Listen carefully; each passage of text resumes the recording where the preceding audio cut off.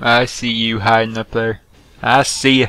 I see you. Oh my lord, I'm coming for him. What is going on, everyone? It's Nero again. Here for you, a flawless free-for-all here on the map Fallen, using the M4A1 with a red dot sight and a silencer.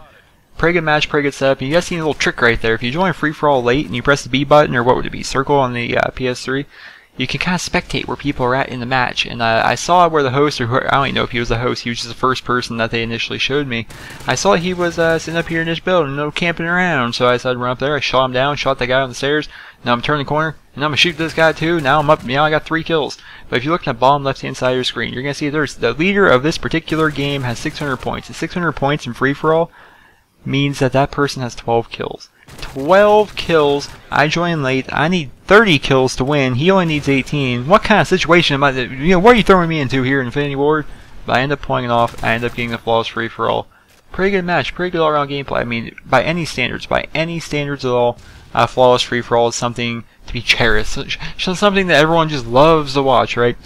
And I figure what to discuss with my subscribers. What should I talk about over flawless free for all? What better topic to talk about over a 30-0 free-for-all than kill-death ratio in Call of Duty and how it relates to how people play. Now, kill-death ratio is something to me that does not matter. Kill-death ratio is a pointless statistic, and I actually think Call of Duty would be a lot more fun if your kill-death ratio didn't exist and only you could see it. And no one else in your team could see it, no one else anyone could see it. Only thing that people could see is your win-loss ratio. I'm going to explain why here later on in the video. But let's talk about kill death ratio for a minute. Let's explore a little bit into this. Now, to me, kill death ratio only matters in two game modes.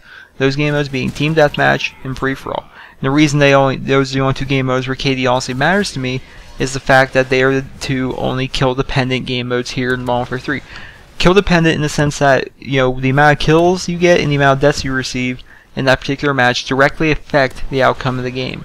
And that's because, the only way to win a free-for-all is to get the most kills. The only way to win a team deathmatch is for your team to get more kills than the other team. And, if you're dying a lot, then you're giving the other team kills in team deathmatch. And if you're dying a lot, you're giving everyone else in the lobby in free-for-all points. How well you do kill-death ratio-wise, it actually does matter in team deathmatch and free-for-all. Other than that, it does not mean a damn thing.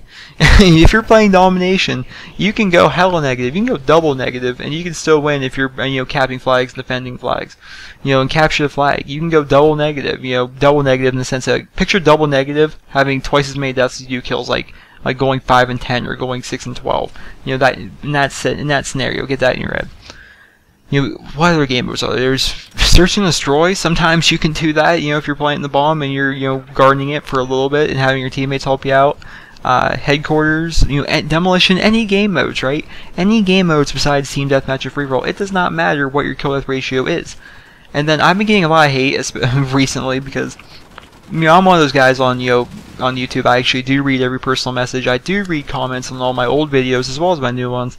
And some of the older Moab Mondays and Moab Fridays, I'm starting to get hate from these random people who randomly find my channel, like these random trolls just clicking around the internet, like looking at videos on the YouTube, and they're idiots. Like, some people are writing me comments, they're like, well, this Moab took no skill, and mind you, this Moab was like of a PM9. Or, no, the Moab was with a 5.7 pistol in free-for-all. And this person's like, well, this took no skill, he cammed. He should play team deathmatch where it takes real skill. Or I get what the hell was it? The Model 18A7 Moab. There's people like, well, this took no skill, he's playing idiots. Or, this took no skill, he's playing domination. You need to play team deathmatch. People seem to have this idea that team deathmatch seems to take skill, and free-for-all seem to take some sort, higher degree of skill than any other, particular game mode in Call of Duty. This proves them otherwise. Look at this gameplay. Look at what I've been doing this entire gameplay.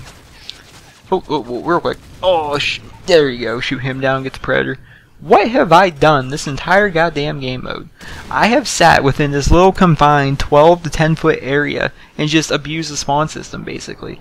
Basically, they keep on spawning behind me eventually. I mean, if I sit there long enough, they're going to spawn behind me due to the revenge spawn system. That's basically how kill dependent game modes work. And in kill dependent game modes, I don't enjoy playing them as much as I do objective game modes, solely because people don't move. And simply because when people don't move, you kind of have to play the same way. And I just hate how you're forced to play a different way just because of, the fact there's no objective. To me, in my eyes, in my opinion, in my own mind wrapped up somehow, I feel as though when there's an objective placed on the map, be it a flag in domination, or a capture the flag, or a headquarters, or a drop zone, or a bomb site, and be it search, demo, or sabotage, any kind of objective makes people move, because people need to go to that objective. They need to capture the drop zone, they need to capture the headquarters, they need to capture the flag in both domination or capture the flag, they need to capture the damn flag. They need to run around, they need to plant the bomb, they need to do all this stuff. And when people move, that's a lot more fun to me. That's my opinion towards, kill-death ratio. I feel as though, the only time it does matter is in team deathmatch and free-for-all. And believe me, my kill-death ratio has dropped like crazy from all the sniping, because, my 200th video coming up, obviously, in a couple days. I've been really using snipers a lot to get some sniper clips for you guys, and a nice little clip show, scopes and kill feeds for you guys to enjoy. And my kill-death ratio has dropped a lot since then, but do I care? No. And, look at that. Look at my title, Dragonov. The only times kill-death ratio seems to matter is team deathmatch and free-for-all. That's my opinion. And any other game mode, just run around and have fun in. As long as you win, or at least you're putting your best foot forward to try and win, that's all that matters, right?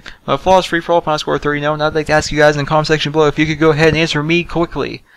What do you think about kill ratio? Does it affect how much fun you have in the game? If you guys could go ahead and write that, write your answers for me in the comment section below, I'd be definitely interested to read that. And once again, this has been Nero. Hope you guys all have a wonderful day, and see you guys.